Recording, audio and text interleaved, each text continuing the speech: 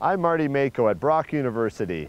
Canada will welcome a record number of international students this year, and Brock University is doing their part, with close to 2,000 international students currently enrolled. The International Center is the campus's gathering place for international students. It is also home for the administration that helps recruit and assist them. So just how are students from over 80 countries finding out about Brock University? Mainly through, I would say one of the #1 approaches is by their relationships with agents overseas.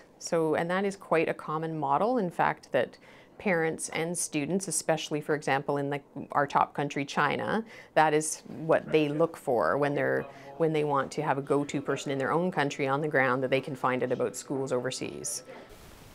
Experiencing a new country and education system was Sally Song's goal after graduating high school in China. I was fascinated by Brock campus. It's so beautiful. So I decided to go Brock, and the Brock accounting program is very famous. So I said, yeah, it's fit me well, so just give it a try. And until I come here, I really love my program, and I think I made the right decision. Brock offers an intensive English as a second language program. Sally took advantage of it before moving on to the Goodman School of Business. So it's hard for me to use proper English for communications purpose. So I learned that a lot when I'm in the English learning program. So it's helped me a lot to adjust this community, this environment. Sally is now pursuing her master's in accounting and also spends time as an international recruitment assistant. She makes use of Chinese social media to answer questions from those who are considering Brock. While Sally talks to prospective students, those who have secured enrollment are paired with a current student to ease the transition. So this Brock Guide is a mentor program to match people before they come here with a current student. So then they have some time, a lot of things students answer better than me because they know better, like which course. I don't want to say which professor is better. That's not really in my part, but students probably say, I'm taking the same course and we will be together for this one, and which residence, what type of residence, what type of meal plan, which one I feel good. And so those kind of things is hard to come from my part because I don't really know. Chimubi Amadi is a long way from his native Nigeria.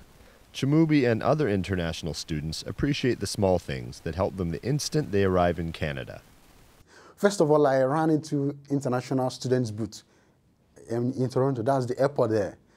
And they gave me a SIM card for which I can use for my...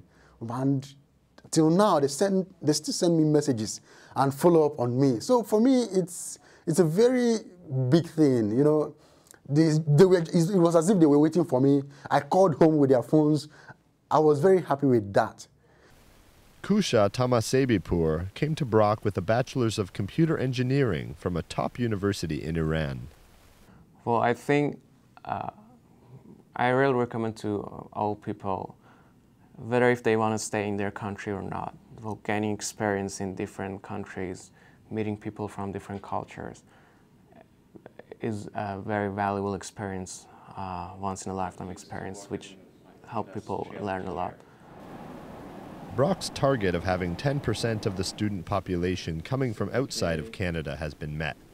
Administration now will focus on keeping international graduates engaged as alumni and fine-tuning the experience for current international students. We do not want to keep on growing and getting bigger and bigger. It's not about that at all. What we want to do is make sure that the experience students have, who are investing a lot of money to come and study here, make sure that it's like the best experience they could possibly have. And actually, they're the ones that go back and they are the ambassadors for us abroad, right? We hope this story has helped to raise some awareness about the contributions these students are making in Niagara, both culturally and economically. I'd like to thank our 3 special guests for sharing their stories with us. As always, we welcome your feedback. Please leave your comments on our Facebook page. I'm Marty Mako, reporting for The Source.